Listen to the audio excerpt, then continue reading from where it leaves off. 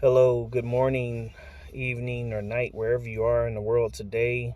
Um, I want to share some information with you for some of you who have been wondering what has gone on with the talks about the decision for a two-state solution. And I do want to say before we go any further, if you could please like, share, and subscribe um, to the channel and the videos. It helps boost the algorithms because right now we are, and all other truth channels are under heavy censorship. Some get lots of views, but still nothing what it could be. Some gets videos get pushed way back in the shadows. So we just want to spread the message and share information that you won't normally hear on your normal mainstream broadcast, or if so, it may be on their website stacked in the middle of their stories far in the back end that people still won't ever know about. So we just want to get the information out. So if you see these stories and they, uh, are, you know, you like them, please share them. Please share them. All right. Now let me show you this real quick.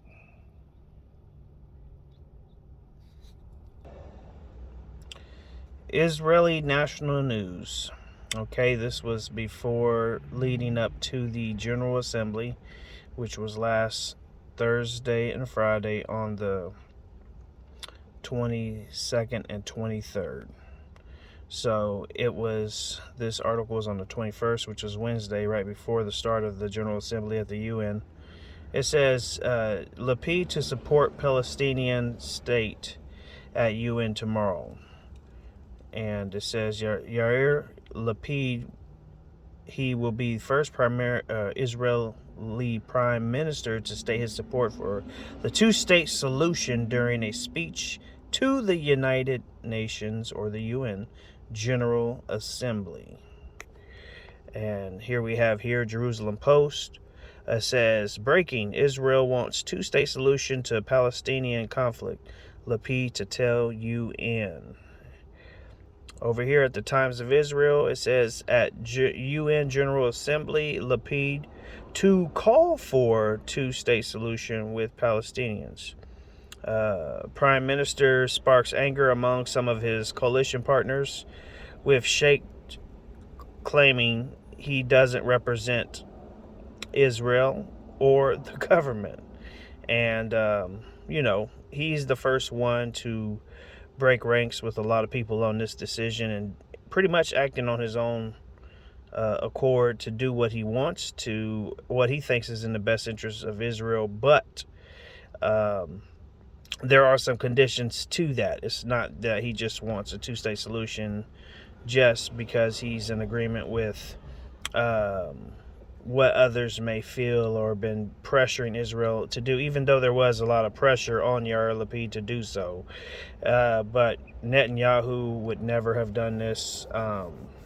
After him came Naftali Bennett, who served under Netanyahu. He would have never done this. And so that's why, Israel is, they're upset in general, the people, the citizens, and those who work in the government. It says, now the end begins. Another one, nowtheendbegins.com. Israel, shock. Israel has just announced they will tell the United Nations tomorrow that they are ready to finally agree to a two-state solution. Yeah, so they are looking at a two-state solution, and most people aren't for this who live in Israel because, number one, they understand the significance of maintaining the land and never dividing it. And there was you have Joe Biden, who is actually a United States, and was the only one who could stand in the way. If they vetoed it, then they would always, then it would never go into effect, and it would never come about, and it could never be a vote on, such a thing. It would just quickly be disregarded. So they, but Joe Biden's in favor of a two-state solution. You also had France's Macron, who's over France, he was saying the same thing. He's in favor of a two-state solution. So if you have these countries now, along with Biden, they're all for it. Yair Lapid is for it. I mean, they're all ready to go. So this is going to be significant, and he addressed what he wanted to do at the United Nations when it took off and it took place. So this is very significant, how things are moving, and very interesting times. I remember there was a prophecy one time that came out. I was on the Prophecy Club. There was a person who gave this prophecy, and it was said somewhere in that prophecy that if America divides or Israel, then God would divide or split America. So in this case, Israel is willing to split itself. Well, at least the leadership is. So I don't know what significant ramifications or consequences that will have in this case, because it's a collective effort between all the nations, including Israel. But so they all went to the United Nations UN General Assembly, and this is what happened right here. Again, here we are at the Israel National News on the September the 22nd, the first day of the UN General Assembly last week. Lapid at UN: Israel will accept a Palestinian state on the condition it be peaceful. Israeli PM tells General Assembly, you can ask us to live according to the values in the UN Charter, but you cannot ask us to die for them. And that's exactly right, because you have Iran, that with Ahmadinejad was the president of Iran some time back. He was trying to tell the different people at the same UN General Assembly, oh well, we're going to destroy you guys. We're going to destroy you. We're going to kill Israel. We're going to annihilate them. And then people started walking out. So, and when you see missiles that are lobbied from Hezbollah or lobbied over there on the West Bank, coming all the way over there into Israel, and then Israel shoots rockets and shoots missiles back, you have people that will hide behind others as human shields. And so, they want to have a peaceful situation with Iran, and also they want to have a peaceful situation with all their enemies in Palestine, and those who say they are a state, because they're tired of all the gunfire, the rockets, and all the other stuff, and them being called the bad guy whenever they return fire. But it says here at the Times of Israel, at UN, Lapid calls for a two-state solution, says world choosing easy option on Iran. So addressing the General Assembly, Prime Minister says agreement with Palestinians, the right thing for Israel security, blast silence at world body when Israel is slandered. Okay, so, he's just talking about how everybody's, things are being done that's wrong to Israel from these, when these missiles are being fired, and when Iran is making these threats, and there's just a lot of foul play, but nobody says something. That's why he's blasting their silence, because nobody has nothing to say then. But when they return fire, or when they try to defend themselves, then people have something to say.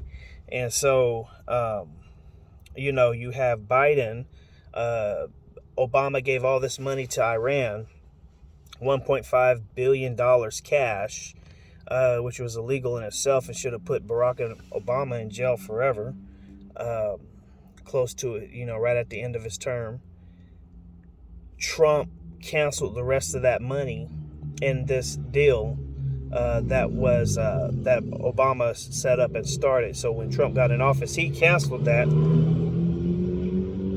And after Trump had canceled that, it ticked Iran off. So when Biden got back in, he's pretty much fulfilling Obama's third term, and continues it and sets it back up and wants to keep it going now. And it's going to be billions and billions of dollars of our taxpayer money that's going to fund this. And so this is why Iran or Israel is upset. Like, hey, what's going on here? You know, and so this is why they had a Chariots of Fire exercise, which is one of their largest strategic exercises that they had. You can look up Chariots of Fire military exercise. And this exercise is because they're getting ready, because they know how close Iran is. They have people on the ground undercover to find out what's happening. And so they know, Iran is always called America the Great Satan, and called U.S.